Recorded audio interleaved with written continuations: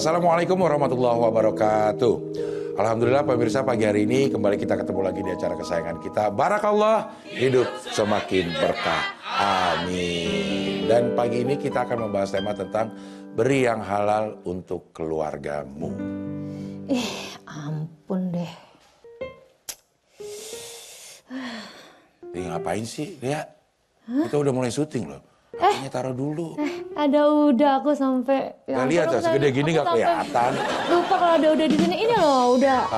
Aduh, ini aku bingung deh. Ini kok di sosmed aku lihat banyak banget kasus-kasus koruptor gitu kan. Aku bingung aja, masa sih dia nggak takut ya? Udah. Wah, kalau udah sih nggak takut. Takutnya udah tuh cuma sama istri udah aja. Si udah malah bercanda deh. Gini loh udah. Kan kalau udah kasus korupsi gini, harusnya mereka itu takut. Apalagi kan mereka harusnya memberikan nafkah yang halal untuk keluarga gitu. Ya gimana ya? Kalau menurut udah sih masalah kayak begini, lebih baik kita bahas sama yang ahli.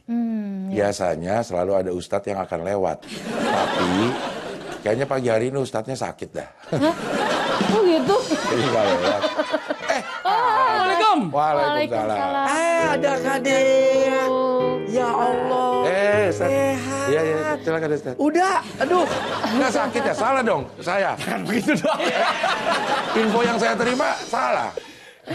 Gua tuh udah sehat-sehat dari kemarin, udah jaga kesehatan. Gue di pojok sono nungguin kapan dipanggil. Kenapa nggak langsung masuk sih? Ya tunggu dipanggil dong.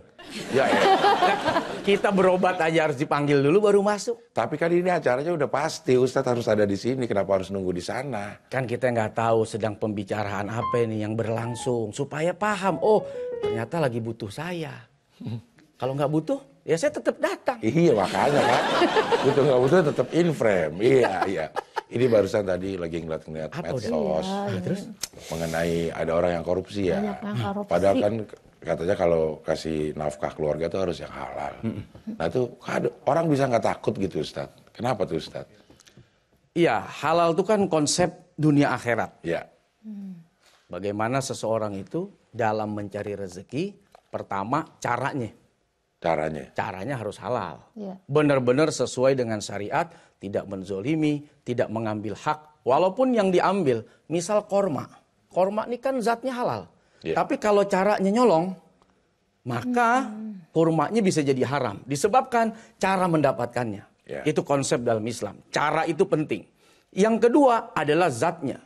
Walaupun nilai tukar, jual beli itu terjadi, ya akad itu terjadi. Tapi kalau yang diperjualbelikan adalah zat yang haram, maka jual belinya jadi haram. Misal, miker. Iya. Miras. Minuman keras. Benar Miras. juga. Bukan miker.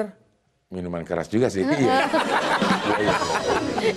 Walaupun ridho antarodin, sama-sama ridho, sama-sama ikhlas, sepakat harga yang dijual dan sepakat harga yang dibeli. Tapi kalau zatnya haram, jadi haram. Nah begitulah konsep jual beli dalam Islam. Begitulah konsep mencari nafkah dalam Islam. Nah apalagi korupsi. Berarti masuk konsep pertama tidak sesuai. Maling. Mengambil hak yang bukan miliknya. Mengambil barang yang bukan miliknya. Alias maling. Bahasa kerennya koruptor. Padahal maling-maling juga. Maling-maling juga. Diperhalus. Kalau maling ayam digebugin. Kalau koruptor. Diapain sih dia? Dikasih AC kamarnya. Kasih AC. Kasih HP. Iya. Nah efeknya untuk keluarga yang menikmati uang haram itu Iya, gitu. betul. Kadang-kadang kan ada keluarga yang nggak tahu juga, Ustaz. Ya. Gimana tuh, Ustaz? Namanya barang panas. Ya. Artinya nih barang yang di dalamnya ada hak orang lain. Maka di dalam barang itu bisa jadi ada doa orang yang terzolimi. Ada sumpah doa orang yang terzolimi. Ada laknat doa orang yang terzolimi. Bayangkan isi makanan, minuman, atau barang yang kita punya dalamnya laknat, sumpah dari orang-orang yang terzolimi. Apa nggak jadi kekacauan?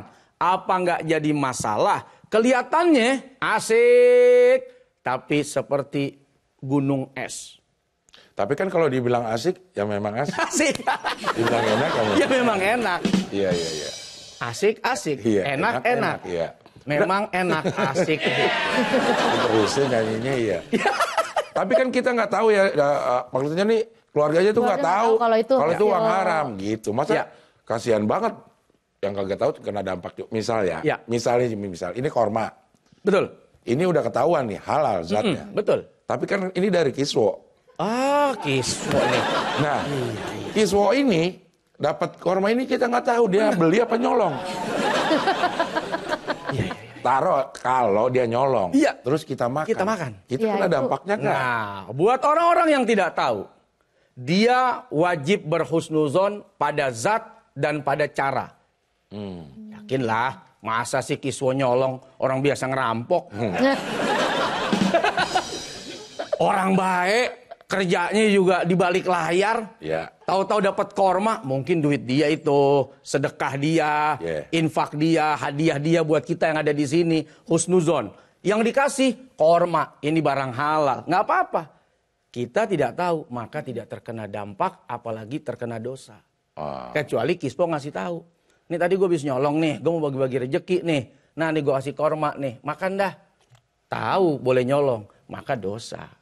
Tapi kan kalau keluarganya itu kan pasti husnuzon dong sama orang tuanya, misalnya kayak anak gitu kan, pasti orang tua aku pasti kerjanya halal gitu. Terus ternyata bukan hasil yang halal, gimana tuh Pak Ustadz? Ya, pertama tadi keluarga yang tidak tahu kalau kepala keluarganya melakukan pencurian, korupsi, maka ahli keluarga dari koruptor itu dia tidak terkena dosa. Lalu kemudian ada dampak terjadi, bisa saja itu bagian apa? Teguran Allah buat si koruptor. Atau cara Allah ingin menyelamatkan keluarga itu dari sesuatu yang haram. Awalnya nggak tahu, begitu pas terjadi sesuatu, ada di safety box. 37 miliar. Cash. Nggak tahu ada aliran dana. 500 miliar, 300 triliun. Bisa saja ini cara Allah menyelamatkan keluarga. Ini mah cerita orang lain, di negara mana? Konoha. Ya kan? Jadi alhamdulillah terbuka semua. Kalau keluarganya paham, ternyata selama ini ada sesuatu yang disembunyikan. Nah, bisa saja kejadian itu cara Allah menyelamatkan orang baik yang ada di sekitarnya. Misal seperti itu. Kalau mau diambil hikmah. Yang kedua, teguran bahwa sepandai-pandainya itu pai melompat, nggak akan ikut SEA Games.